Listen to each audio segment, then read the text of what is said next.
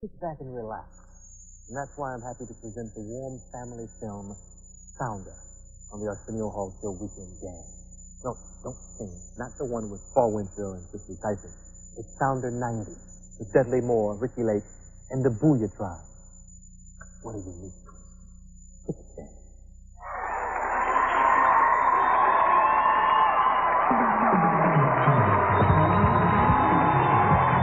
From Stage 29 at Paramount Studios on Melrose Avenue in the heart of Hollywood, California, in the United States. Oh, it's the pilot we call it. It's the Arsenio Hall Show, starring Arsenio Hall.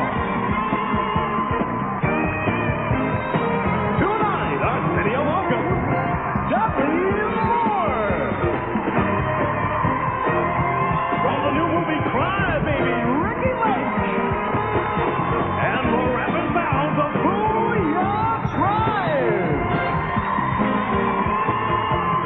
And now, party with a purpose.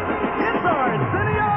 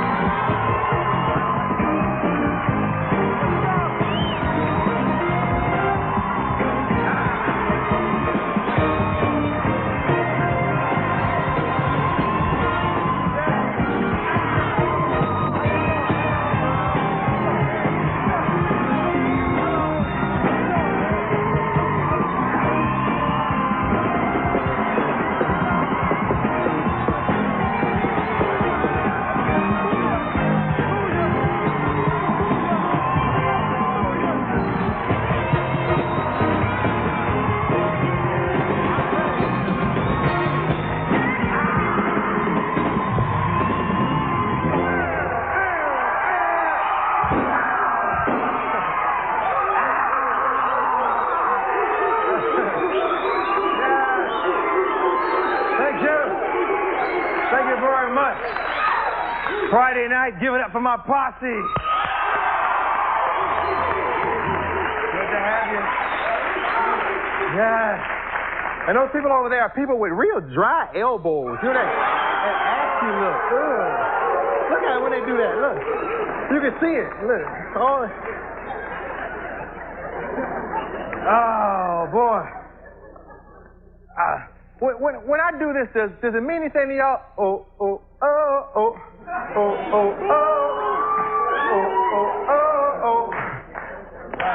Let me hear it.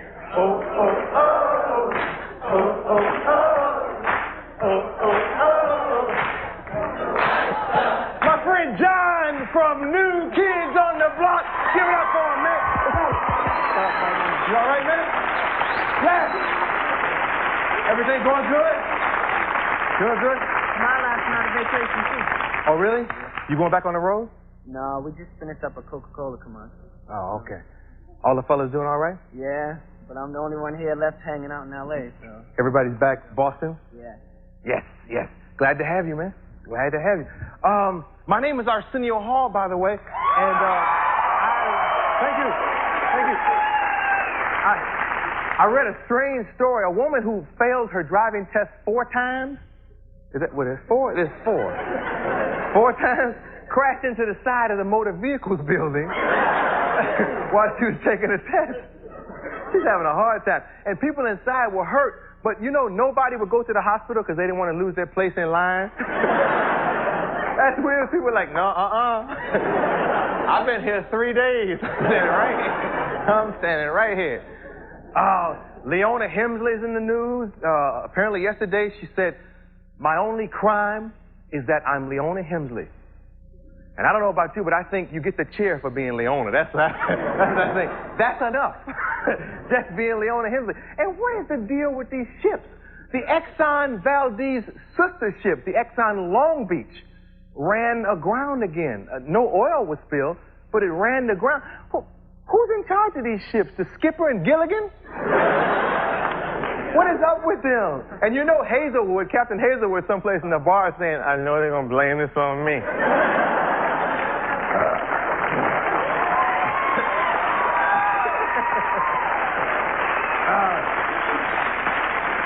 Maybe they shouldn't call them ships. They just put wheels on them, call them cars, you know? Drive them down the freeway. They keep running aground. It's crazy. Where's that thing, that Michael Jackson thing? Cindy, you got that picture?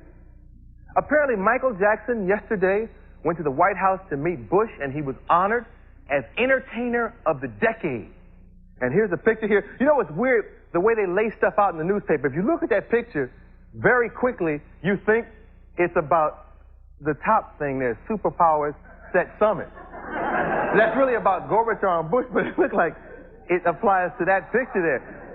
And Michael's giving Bush some advice, you know? It's like, if Gorbachev invades Lithuania, I have an idea. Just tell her to beat it.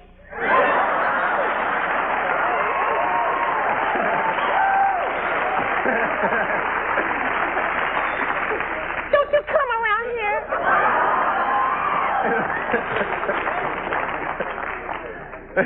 And Bush is telling him, you know, I'm thinking about replacing Quail with Bubbles the Chimp. Can you introduce me?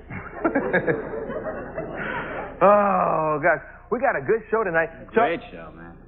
Wait. Bubba, you up there? Who's up there? Yeah.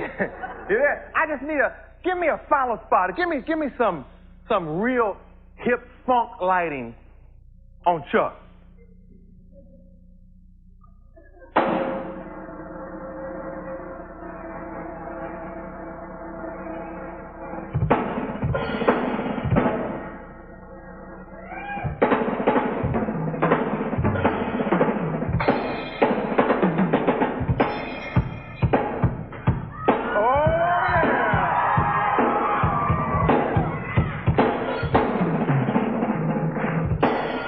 Cut him off. Foreplay, cut him off. Oh, Chuck, make me proud, homie.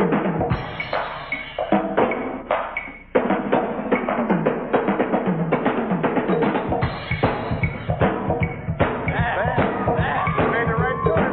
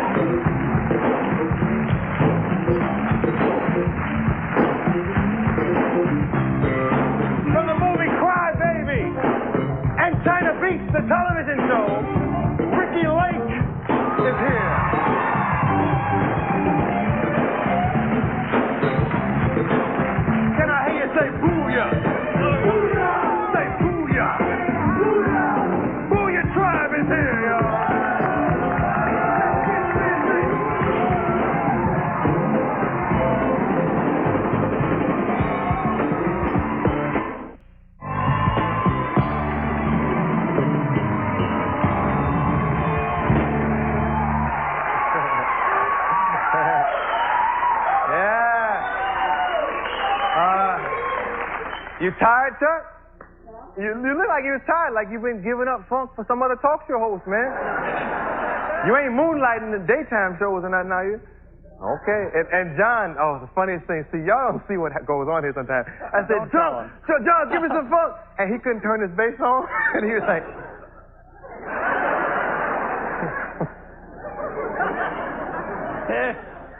My first guest is the star of a new comedy opening next Wednesday called Crazy People. And there's no doubt he's incredibly qualified to star in a movie of that title. Please welcome Dudley Moore.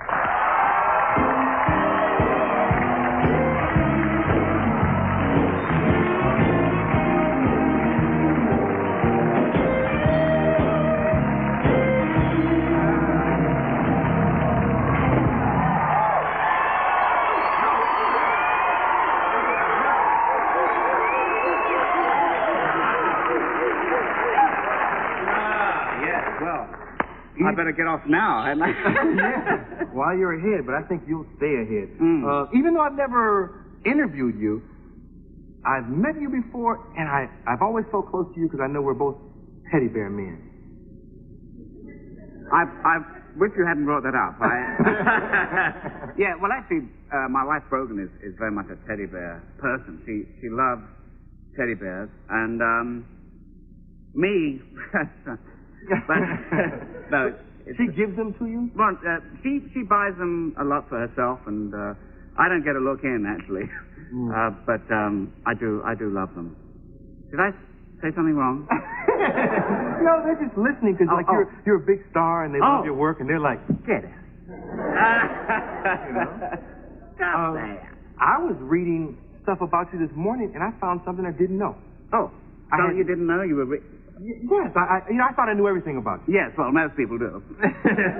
And you wrote a treatment for a movie called The Joy of Sex. Yes, I did. The Joy of Sex, actually, and it was for Paramount, and I remember saying to Michael Eisner, who was the president then, I didn't feel I could write a series of review sketches which they wanted, and I wrote a story which was very much like the story of 10, which in fact I did very much later, of course, and... I don't know what's happened to The Joy of Sex. I think it's sort of gone the way of all scenarios. I hear they did the movie, but they actually didn't use your treatment. They did do the movie. They didn't use my treatment. No, they threw it out the window. I think in the first scene. Yeah. 10. You were involved with 10. Yes. Involved with Dudley Moore on that. And you met Dudley Moore in a very strange way. I mean, strange... I met Dudley Moore? Well, you never met him? I thought you met him. I see what you... I wasn't getting the metaphorical implication. Very strange person we have here.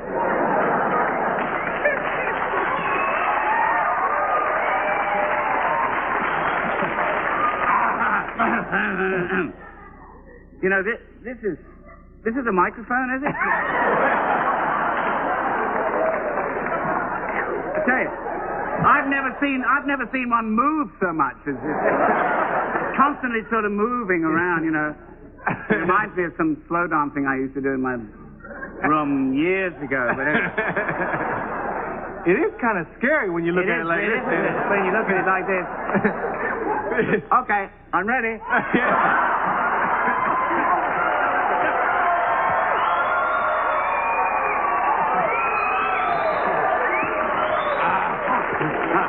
I'm glad you went for the joke. Because we both had lines. I'm sitting thinking a prison joke. That's what I'm doing. A prison joke. I'm thinking a dentist chair. Yeah, that's a good joke. Yes, that's what I was thinking. Yes. Yeah. But apparently the audience was thinking a third variation. Stop wiggling that thing. You're scaring my guest. Yes. Okay. Yes, anyway. Blake Edwards. Yes. Where did you meet Mr. Edwards? Well, I met him in a group therapy situation, actually. We were actually, believe it or not, we were seeing the same therapist because we were very, very sick people. And I'd always admired oh, goodness gracious me. I'd always admired what he'd done with Peter Sellers and Julie. And Julie, and of course I always admired what he'd... Anyway. Gosh. Oh, my nerves. And, thank you so much. Thank you.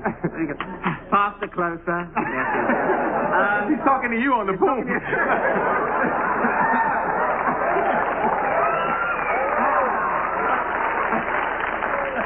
Synchronized. Hey, I think I've had too much coffee today, I'm telling you. But, so anyway, after about 3 weeks of spilling my soul to the therapist, and I think Blake maybe knew more about me than anybody else in the world, and apart from Julie. Some things work, some things don't. That didn't. Pay attention. Yes. So then I was in England, and he phoned me up and said, "Would you like to do 10?" George had gone out, walked away for one reason or another, and so I did it. It was great. It came at a perfect time. George Segal. I'm sorry. George Segal was originally going to do 10, and then for one reason or another withdrew, and oh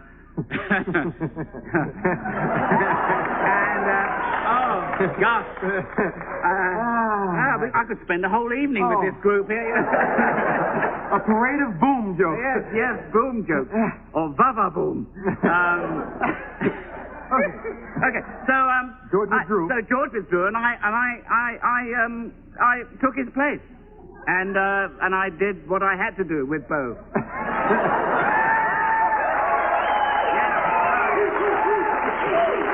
We're going to take a commercial. Yes, We'll be right back. Yes, and you take that thing. Yes, out of here. Get that.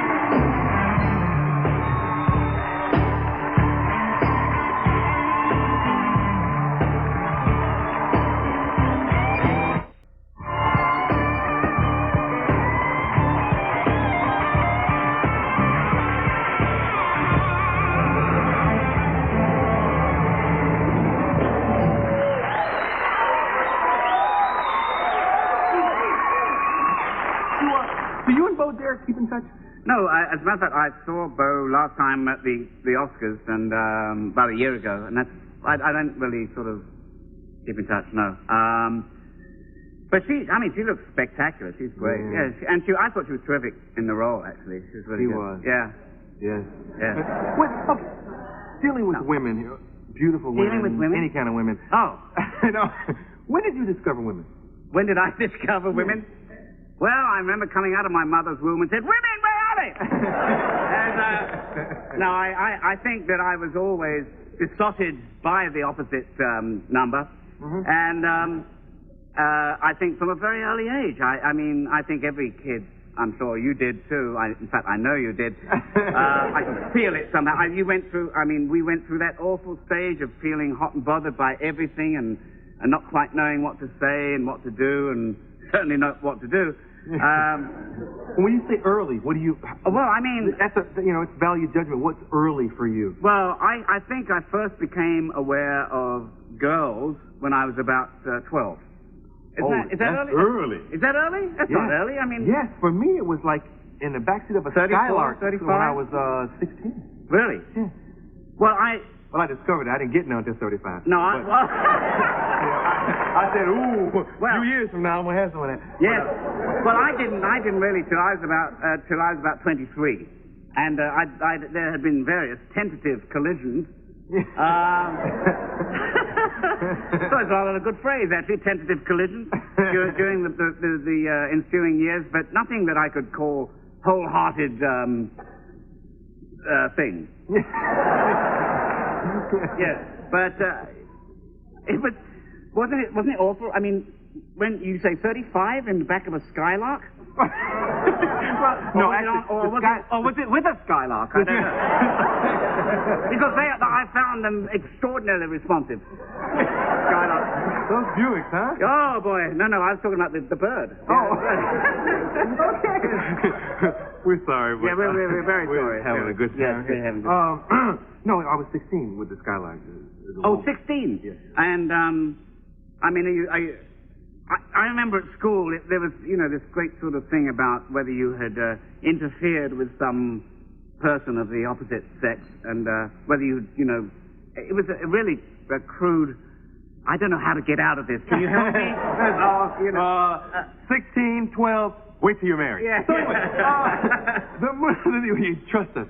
The new movie is called Crazy People. Yes. And from Movie Time to E.T., I've seen so much about it, and everything I see looks very funny. You and Gerald. Yeah. Paul Reiser. Yeah, Paul Reiser is wonderful. I mean, he's so funny. I disgrace myself. I mean, I laugh a lot when I see him. Not when I see him, when I hear what he says. Darryl is very tall. In fact, we had to have a sort of a walkie-talkie system. I couldn't hear what she was saying. What? She's wonderful. She knew my lines if ever I forgot them. She's very professional, and she's wonderful. The film's about an ad executive who goes mildly bonkers because he's crazed with doing the same thing all the time in his life and in his professional and personal life, and so he's sent finally to a sanitarium because the people in the agency think he's gone a little too far with his adverts and that sort of thing. It's a funny premise, and the guys in the sanitarium are wonderful. They're really terrific. And Crazy People is a metaphor for, I mean, nobody calls anybody crazy if they have some sort of impairment, if they're anxious or whatever about life.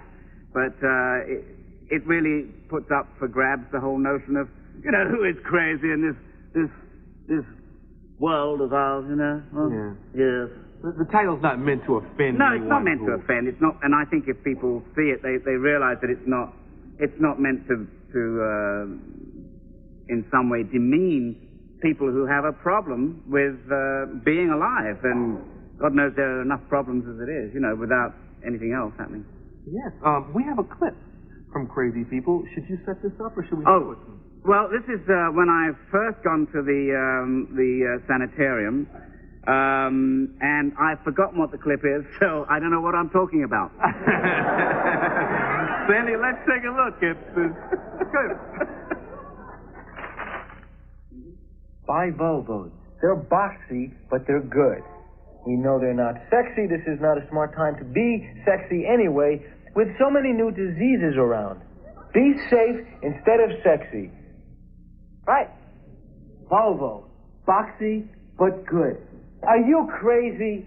I thought this would appeal to a no-nonsense type consumer. Who the hell ever heard of advertising that a car is boxy? Who? They are boxy. They are boxy. An intelligent buyer knows that. Hey, it's not for the public anymore. Let's not lie, Steve. Let's level with America. We can't level, you idiot. We're in advertising. Before I went to the cemetery. Yes. That's what you meant. In a sense, your character is just kind of a guy who tells it like it is. He's real. Yeah, he's I think the phrase he says that he's trying to appeal to a no-nonsense type consumer it's not truth in advertising. Nobody's saying that everything that everybody says about a product or whatever is untrue. We're not saying that. It's just really going for the jugular a bit, Yeah. I would assume maybe people like Volvo or some of the people mentioned in this movie are getting a little uncomfortable. Maybe. I have a feeling they probably are. Until they've seen the film, and maybe even when they've seen the film, they probably feel very uncomfortable, as I do right now. I am being put on what is known as the spot. Volvo's boxy but cute. Well, good, rather, not cute. Cute as well, but boxy is not really cute, is it? But it is good. We've always known that particular car is safe, box-shaped, and safe, and good, therefore. Oh, I wish I was dead. Oh, okay. Yes, all right, no letters, please, saying we can fix that for you. Well, there were a lot of ads that I got from your company that weren't used. Oh. So maybe we can talk about those. Yes. Because I thought some of those were hilarious. Sandy, let me see the Pepperidge Farm. You got that one? Pepperidge Farm. wholesome, unlike a lot of other crap you wind up eating all day. Yes, yes. That's his approach. That's his approach. He's being sort of forthright, shall we say. Fine. The one I like is this one didn't get used either. Let me see the Canadian one. This is funny, but I'm glad you didn't use it because my Canadian friends probably wouldn't have said, that ain't funny. It says, we now have nightclubs, crime, prostitution, and the divorce rate is way up. Canada, it's not as boring as you think. But it's humor. It's really a situation, where you're saying, what if an advertising executive really, wanted to do something that was funnier, that was sillier, that was more outrageous, Yeah. I've seen the movie. It's a very funny movie. Go check it out. I thank you for stopping by. Thank you. This is Dudley Moore.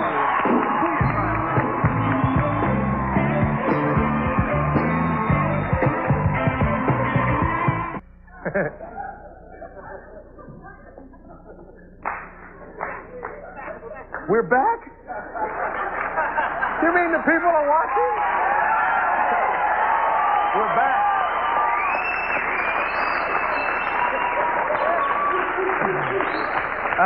My next guests are actually all brothers. They were once involved in gangs and crime, but they've turned their life around now, and they've applied their street knowledge to their music on stage. So it's proof that with desire, you can all do it. Performing their current hit single, Raid. Give it up for Boo-Yaa T.R.I.B.E.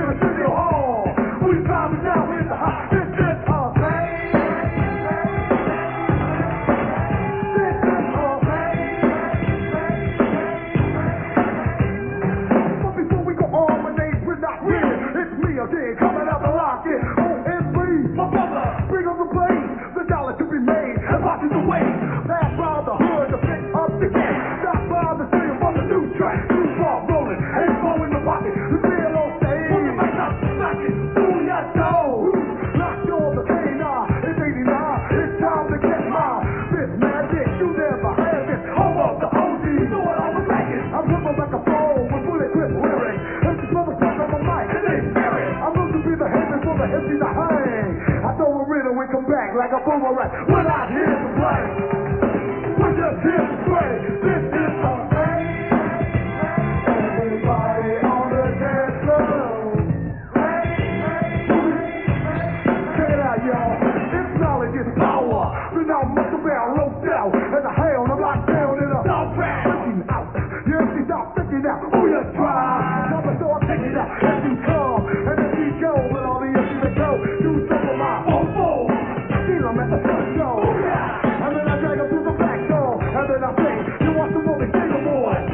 Because I'm just too hardcore. So you know, we're at the flow. We got the rest here. And let's roll. We're not here to play. We're just here to spray. This is our night. Everybody on the dance floor. Check it out like this. Put dinner on the roof. Cause I shoot the bed. Momentum with the shoot straight to the chest. I stopped the contract, not to confess. Thought I just about to have a bulletproof vest. So what did you do? I had nothing to say. Pulled out my Uzi and I started to spray. Went to the mall to identify bodies. Yeah, that's him, whooping Poppy at the party. I played stuff when the car found the gangsters. And this is the time I like to give gangsters. All my brothers were doing it their way. And that was my way. We're not here to play Boo-Yaa. Who can match like a first on the stereo? Like a camera.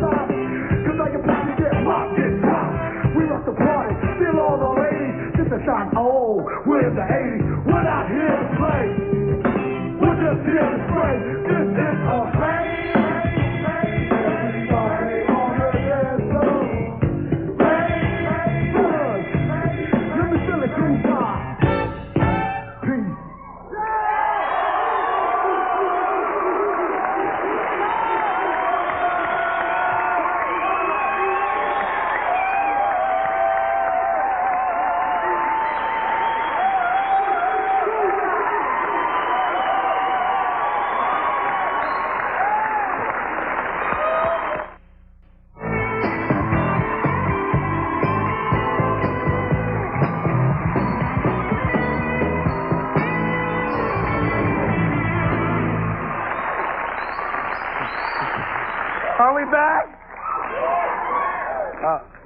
My next guest scored a starring role in her first film, Hairspray. And now she's a regular on the television show China Beach, as I told you earlier. Her latest film is with John Waters, and it's called Cry-Baby. Put your hands together for Ricki Lake.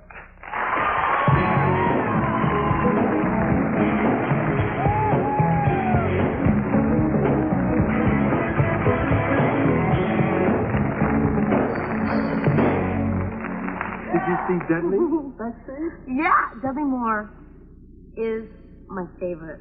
Ever since foul play, Unfaithfully Yours with Natasha Kinski. Yes. And my dog is backstage as well. And he's named after Dudley Moore. His name is Dudley. Oh, really? And he looks like him. He has the same bushy eyebrows. Maybe we'll see him later. Yeah, he's... Okay, maybe we will see him later. So you're a big Dudley Moore fan. Yes, I think it's very ironic that we're both here. Maybe when you have, like, a child, you can name your son Dudley. Yeah, maybe. I think more, I'm into the name Emma. I want a little girl. Oh, okay. But after doing Cry-Baby and being pregnant, 17 years old and pregnant with a third child, and she gives birth during the course of the film, and this baby, it was a real baby, it was about 2 weeks old. I will never have children anymore because this baby peed all over me 3 times. Well, that's 3 times, not once, not twice, but, you know. I got the message. That's part of motherhood. I know. I wanted to kill it. The mother, like, was back, on the side saying, "Be careful, hold her head up." I was like, well, what's this kid doing in a John Waters movie? She's like all nervous about me holding the kid's head up. Well, your dog Dudley, hasn't your dog done things in places where he shouldn't? Yeah, but not on me. Oh, okay. Yeah, he respects me. Do you have a boyfriend? Are you close to marriage and a child? No. Well, what I usually say is that I live vicariously through the parts I play because the boyfriends that I have, first of all, in China Beach and Hairspray, Hairspray, my boyfriend in Hairspray is Elvis. Yeah. So I tell everybody I did Elvis. he plays Elvis on ABC. So it's really Michael St. Gerard. Yes. Yeah. Plug for you, babe. Okay, tell me about Cry-Baby. Cry-Baby is John Waters' latest, and it's the movie following Hairspray, and it has everything in it except Divine, unfortunately. And I played Johnny Depp's very, very, very pregnant baby sister, 17, and has 3 kids.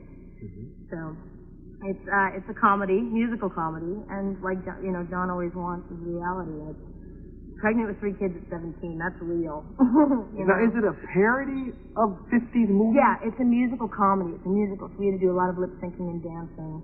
And if you remember last time I was here, I did the Roger Rabbit with you. Yes, you did. Yes, you did. Have you been practicing? I'm a pro at it. Wait. No. No? You said it.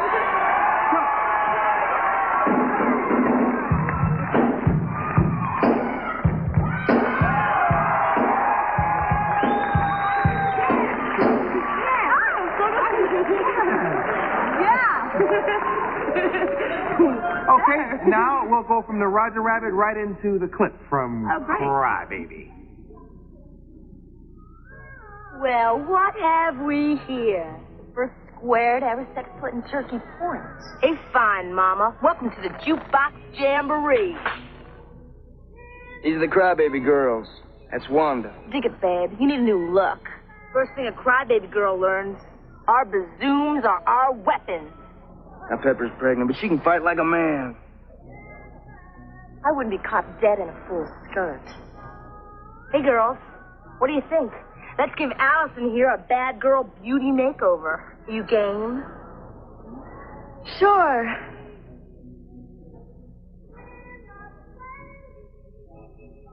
Think I got what it takes? Whoa!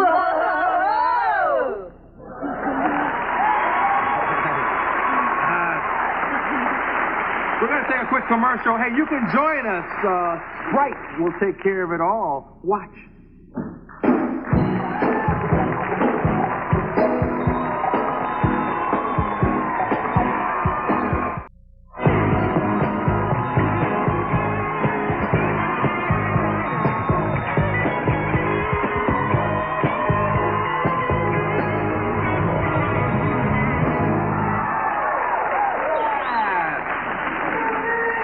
Now, I don't want anyone to think that I sit at home and watch porno films all the time.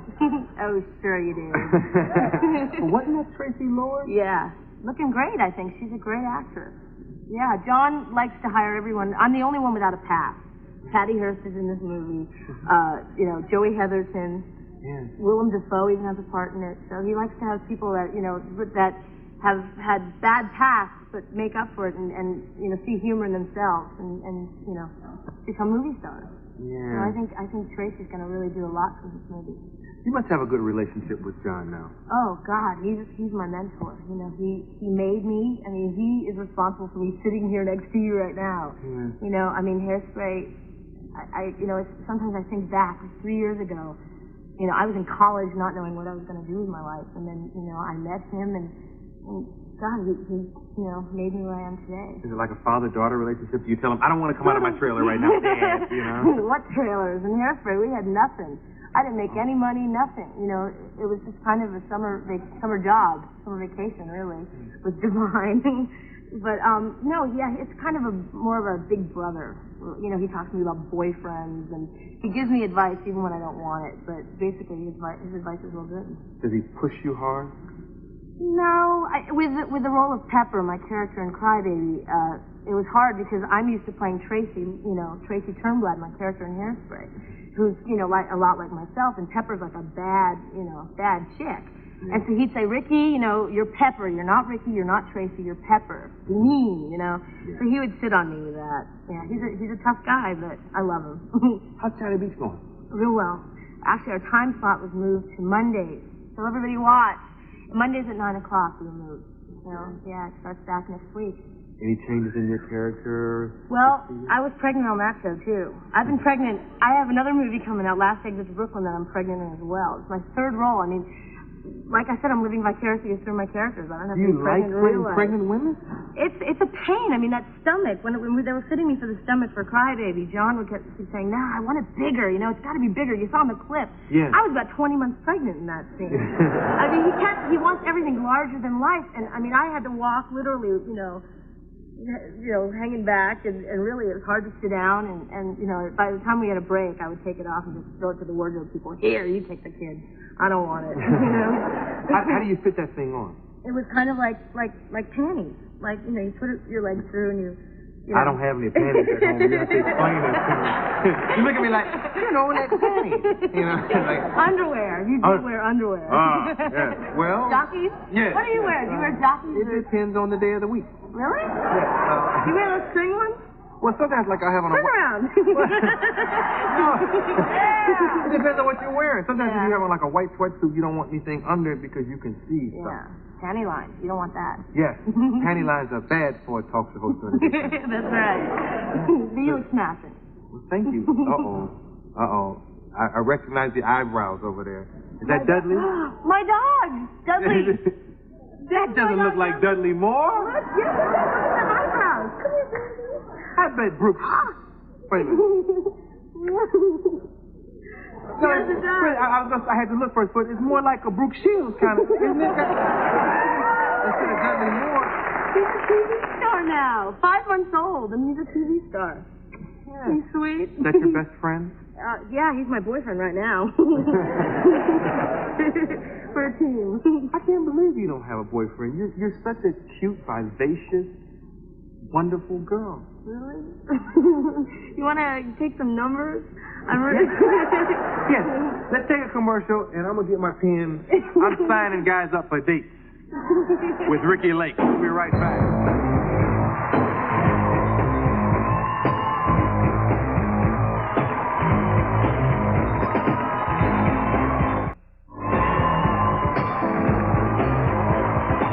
Travel arranged through Continental, the airline that flies you first class to most mainland U.S. cities with a full coach fare. Continental, working to be your choice.